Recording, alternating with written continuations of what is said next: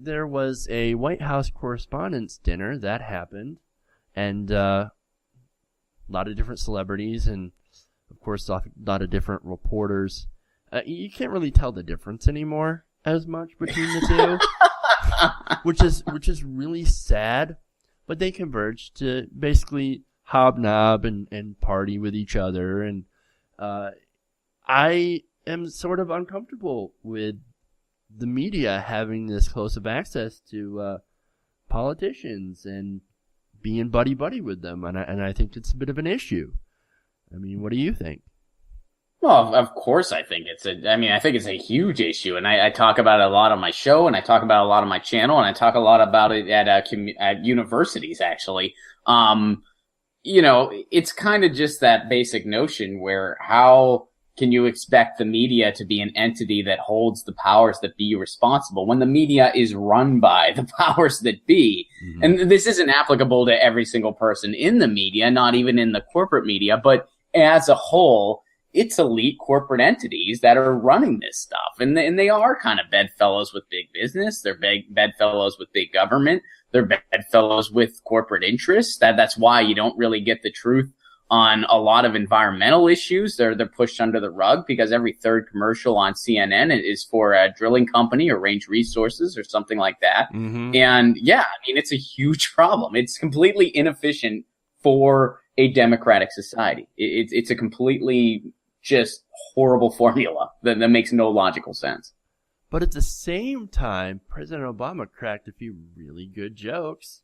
He did. He had a few. To be more, to get off the broad soapbox for a second, he did have a few good ones. And I gotta say, I hate to be, whenever you say anything nice about Obama, you're automatically like raked against the coals. But it was a bit refreshing for me, and it has been, to see a president that actually interacts with the comedians and the satirists and makes interesting content instead of a president that's completely disconnected from what's going on in that world.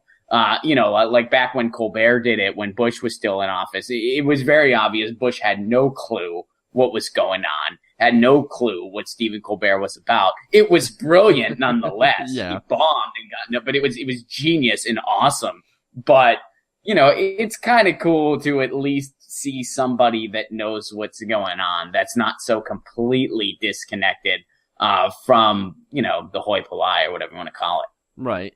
But, it was entertaining. But like I said, it's still sad to see that this has turned into, a comedy bit. Don't get me wrong. I enjoyed the comedy bits. The bucket list was great. And the anger translator, I had a lot of fun watching that. But at the same time, it kept gnawing at me in the back of my mind, like, this seems wrong. Not the fact that the president has a sense of humor and that he's trying to show it, but that this event with the press is turned into a skit. Well, here's the thing. Disturbing to me. Maybe I'm being too grandpa.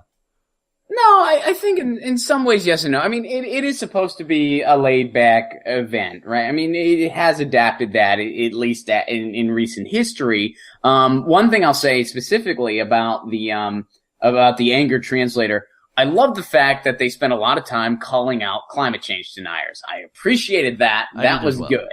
That was good. On the other side, it's very sad that there's still those types of people in positions of power that deny something like climate change, where there's so much evidence and scientific consensus and all of this and that. But it was still cool that Obama did it, and that was even the time for Obama to get angry in the sketch. I thought that was that was neat. But yeah, there's a bit of a nagging feeling where you're seeing, even like when they would make the Fox News jokes and stuff like that, the whole punchline of the joke was that the media is failing miserably, and everybody in positions of power, from the media and from, the elite and from the powerful and from the people in office, they're sitting there laughing about it. And yeah, there's a bit of relief in that. But on the same note, it's also a reminder where it's like, yeah, they're sitting there and they're laughing about it. They know it's true, but nothing's going to change, like this is just how it is. Right. And it's like, this is the only relief we get, I suppose. I suppose. I mean, you take what you can get, but you just want something. But you still want something more. And I do hope for the day where our media takes the role of the watchdog of the government and actually becomes the fourth estate like it's supposed to be, and really kind of holds our politicians and our powerful, holds them accountable. That's all I really want. And you can have that and still be civil. It's not like I don't sure. expect the media to not have civil relationships, with people in power, with government. I mean, of course you expect that, but it's to the degree where it's, it's just its own club now. And, the way things are set up now.